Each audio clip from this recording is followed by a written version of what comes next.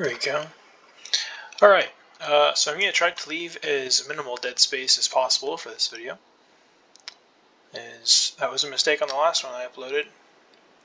As a matter of fact, I expected to be able to edit the video, and because of software constraints was actually unable to make any edits on that video, so I had that nice long awkward pause beforehand.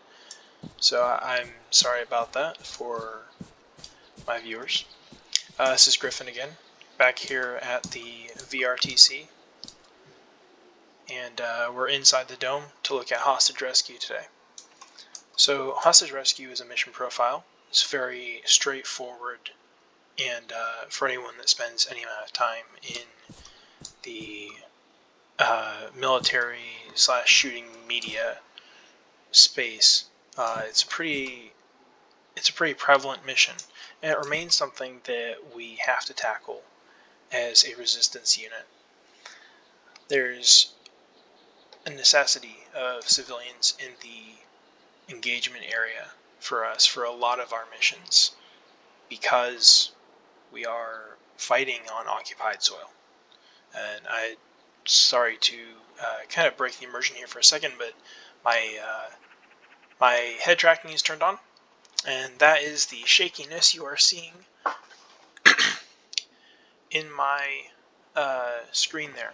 So it does weird things with the IR camera. Sometimes if I sit back in my chair a little too far, it thinks I'm looking down, and it makes my head go through my body.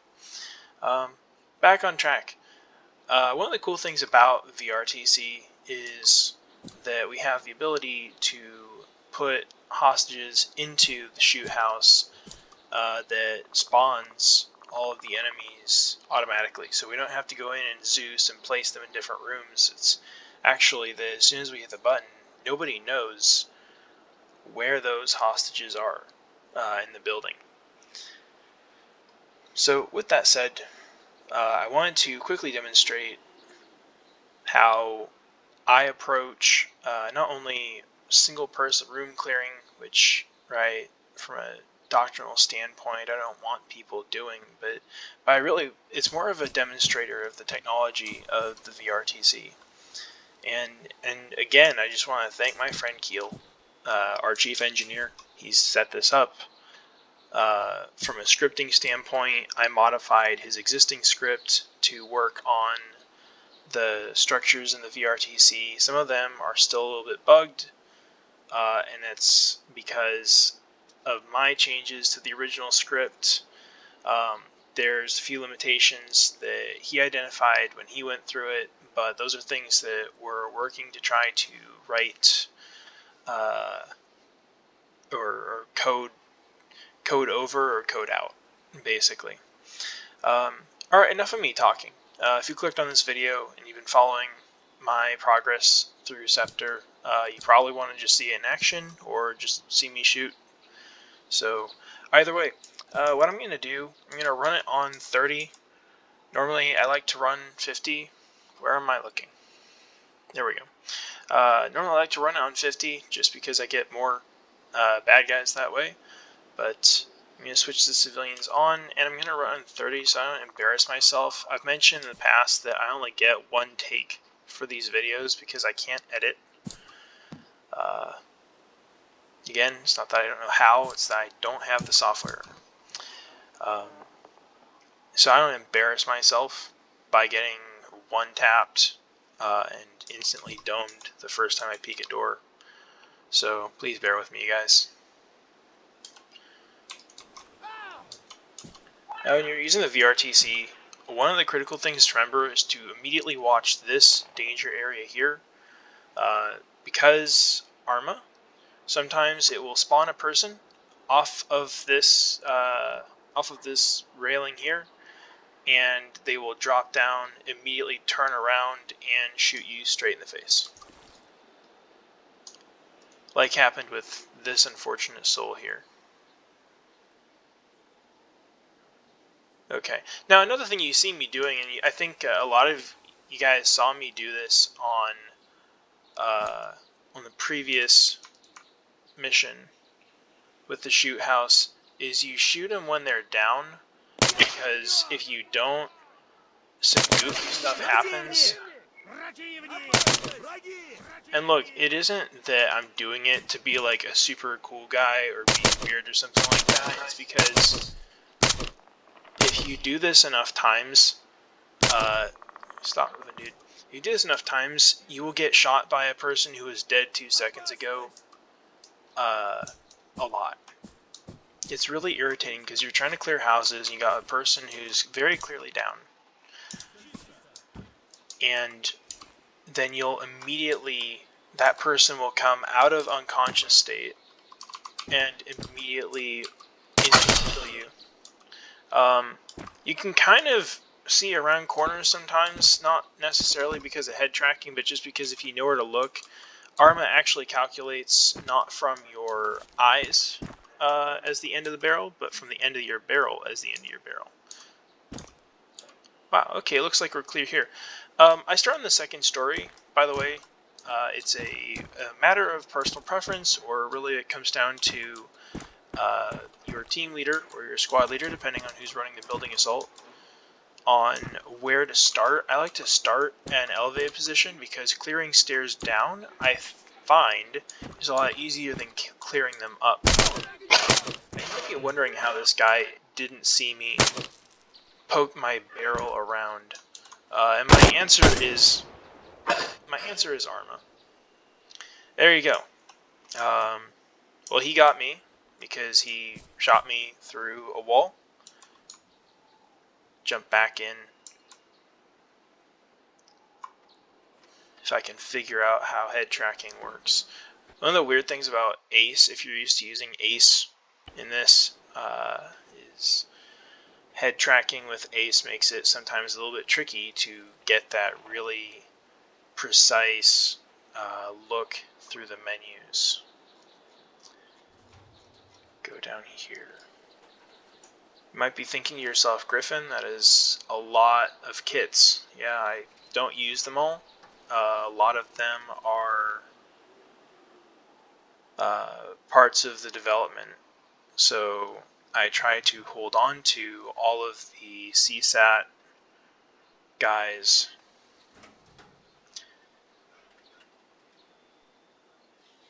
Run demolitions. I try to hold on to all the CSAT guys, just that way, if anything happens to those files or anything, I have them still, and then it just takes me forever to go through, like I am now, go back through, remake the assets from scratch. And again, if I could just code it and make it into a file pack, I would. My coding skills are very limited. Let's head back kind of roughly to where we were.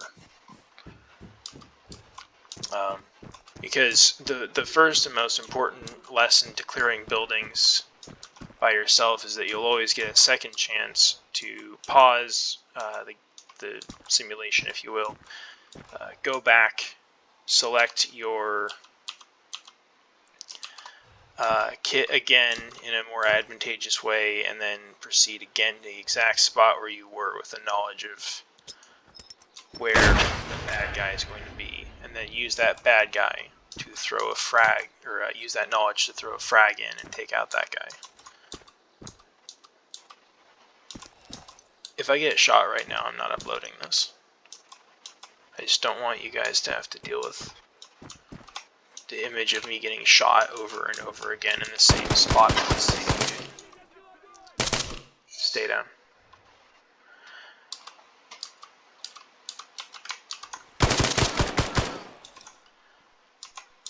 So, you might think to yourself, why not just frag that guy too? And the fact of the matter is that we don't know if there is a hostage there. We don't know who else is in that room, just that there's a contact on the end. I'm going to prep a flashbang here. I'm partial to the Fackel. They're light. In fact, I believe they're the lightest flashbang or stun grenade.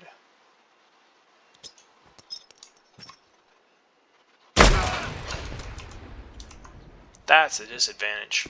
You get that really huge smoke cloud that comes off of it. Bad guy down.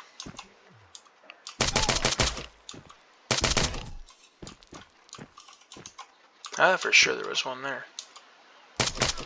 So here's a neat trick. This is where I'm going to get shot right now. You can climb directly into that room. So through those windows, you can climb in. Check my magazine, I'm about good to push this hallway. Climb in through those windows, and then you don't have to necessarily make your way through a door if you feel like the door is going to be booby-trapped.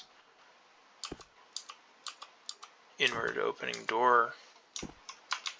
This is a really tricky hallway to come in through the end, because you could have a guy spawn right here, and you might have a guy spawn at the end. Looks like we just got lucky. Well, and by lucky it probably means that we just didn't spawn a lot of bad guys in this run. I still died. And for the record, I'd just like to put out there that usually I can run several 50% in a row before dying. Shh. Good night. And there's our hostage right there. I'm moving a lot slower than I would if I were breaching with a team. And that's just because, right, when you're by yourself, you can't really clear space in a building. Now, when you're dealing with civilians who are hostages, let's say this guy is like a downed pilot or something that we need to rescue, first thing you do, check them, make sure that they're fine once you take them into custody, right? And then up here you get the option to escort prisoner. You only want to do this when it's safe to do so, and you want to escort them with one of your fire team members to a place that is safe. Preferably somewhere away from the battle zone, because you can have bullets coming through the walls. So it really comes down to the person in charge at the time as to whether you want to make the decision to move that hostage. Alright, now this side of the building, I'm just kind of going through and double checking, making sure that nobody is a zombie and came back to life. Swap mags. Ideally you want to do this before you clear a room. There's another hostage there. Bonus points if I shoot a hostage in this video. That's going to be great. Checking on this guy again. Alright, Mr. Abbey has no injuries here.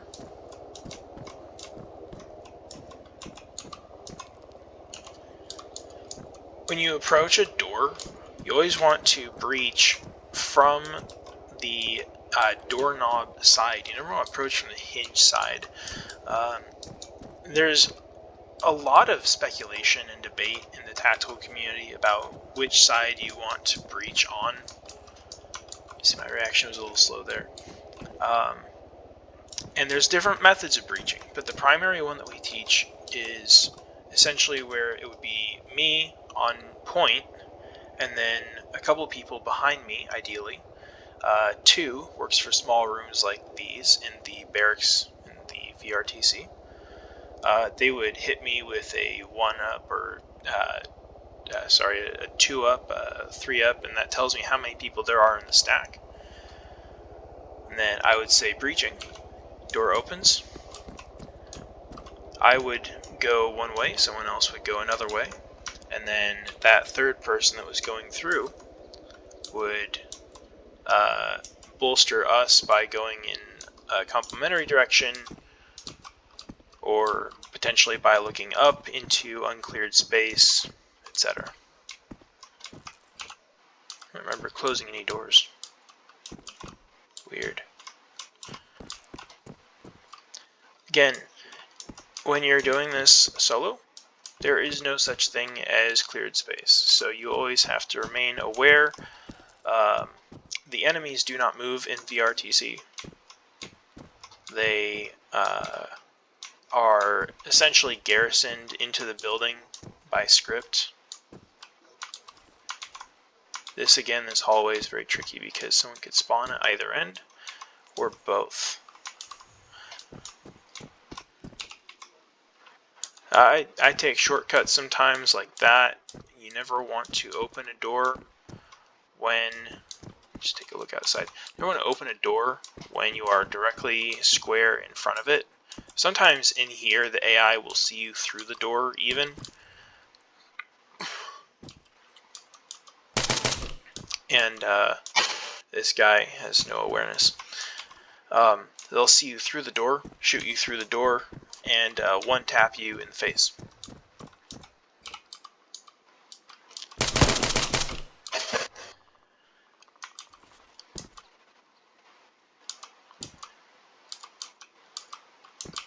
In a perfect circumstance, you don't duck behind a wall, but take cover if you have to. Remember, you can always throw a flashbang or a frag or what have you into a room if you know there's contact in it. This particular kit, I'm out.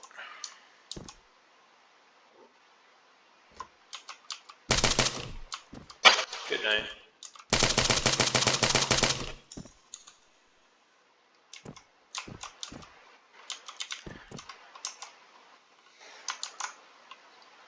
Yeah, gonna reload that.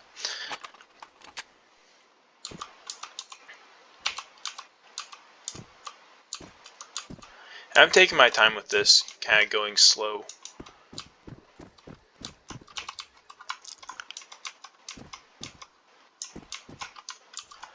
I've run this house so many hundreds of times.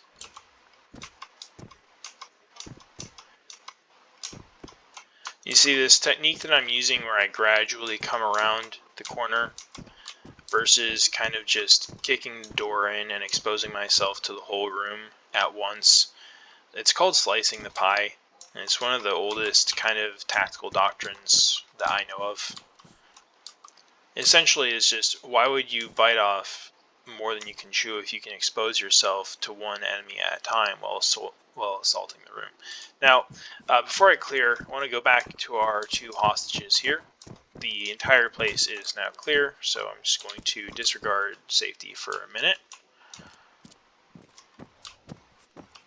Let's go find our two hostages again, because I want to explain the procedure here. You go back, you find your hostage. Right now, if there's a vehicle waiting outside, this is where you are going to escort them with some haste out, shove them through a door, and stick them inside of the waiting vehicle. If not, if it's something more like akin to a raid, you want to stack them along a wall in a secure and safe area. Remember that anytime you take anyone into custody, their survival in the battlefield is now your responsibility. Again, you always want to, anytime, especially if you're a medic, you're double checking, does this person have any injuries, right?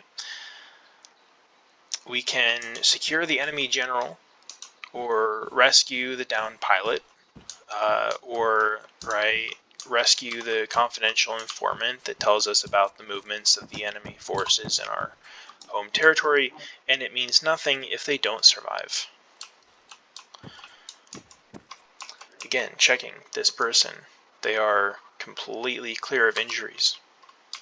And to save the length of the video, I'm not going to escort this person out, but that's kind of the mentality.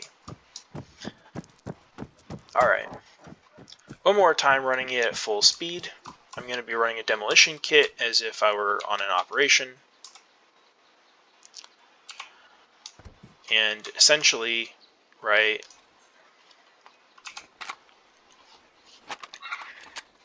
there's my head tracking glitching out. Essentially, as if I've kind of shot my way into an objective with my team. For some reason, I'd be clearing this solo, which you never want to do if you can avoid it. So 30%. Again, immediately checking that danger area. Front of the house is clear. Can make my insertion down the main hallway. There's another point of entry down here as well. Double checking those windows. Someone spotted me through a wall. Those are some sharp eyes. The Russians have been eating their carrots. Taking this corner very carefully. Sometimes if there's a dude right here, he'll see you through the window and smoke you. That's my old body there. Alright, this is clear. Here, I'm going to actually just make my insertion here.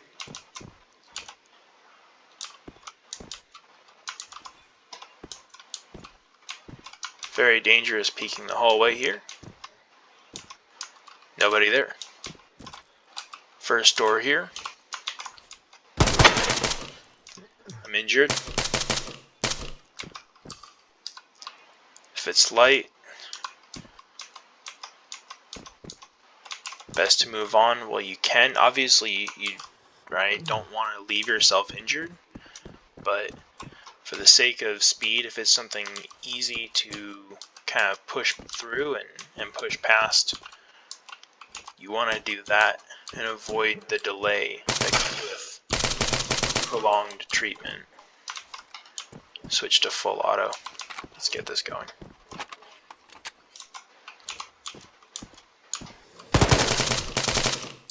I don't know what that dude was shooting at. Fired a warning shot. Tango down. Hostage on the stairs. Okay. Again, if I had someone else to assign, I would say, hey, watch those stairs / watch that hostage. Always want to make sure you're watching the railing with these because, if you, depending on how you're clearing that building, if you don't clear that first, people can pop up and surprise you from there.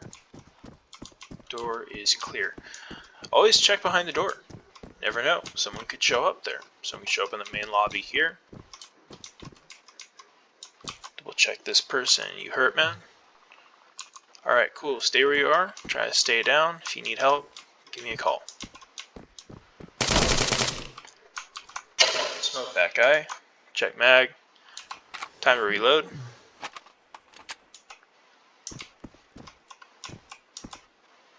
Don't get up, dude. It's not worth it.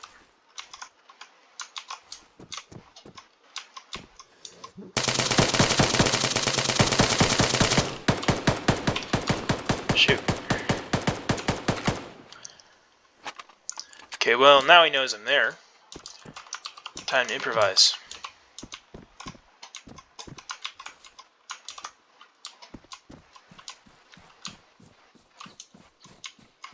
Hug the wall here, come around.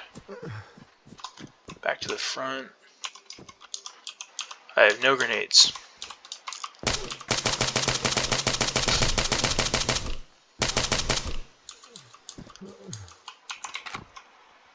Nice. See here, my weapon is starting to cook off from heat. Use regulations. I'm just going to borrow this guy's gun.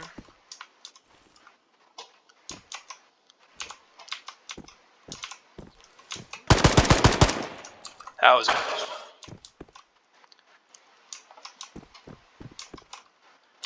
There's another problem too, is if you don't kind of put them out of their misery, they just sit in the hallway and then you'll stack up an entire team on this person trying to just get around them. And you can't.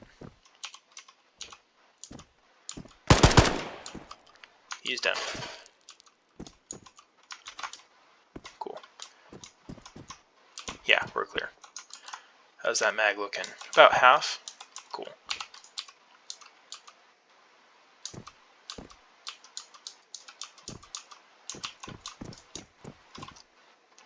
Philadelphia experimenting through the wall. Another day in Arma.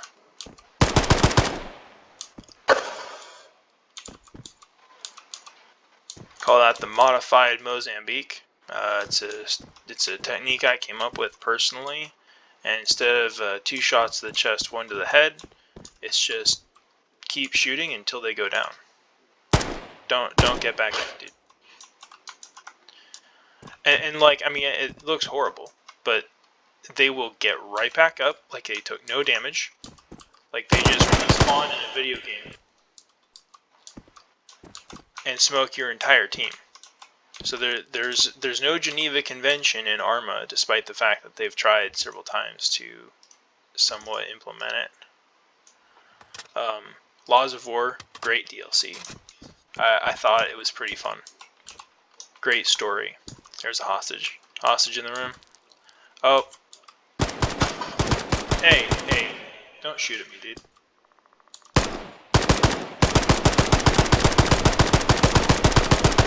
Essentially blind firing into the room. Kidding me? Shoot. Tell me you've got something. Yeah, this'll work.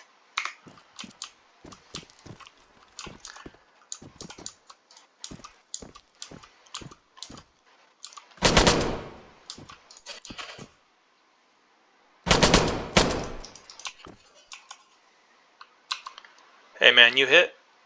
Okay, I'll be with you in a second. And you know, this is where I would say, oh, I bet he's not getting back up. Yeah, he could. Mr. Stavros Mollis, no injuries. Okay, hostage secured. Bottom floor secured.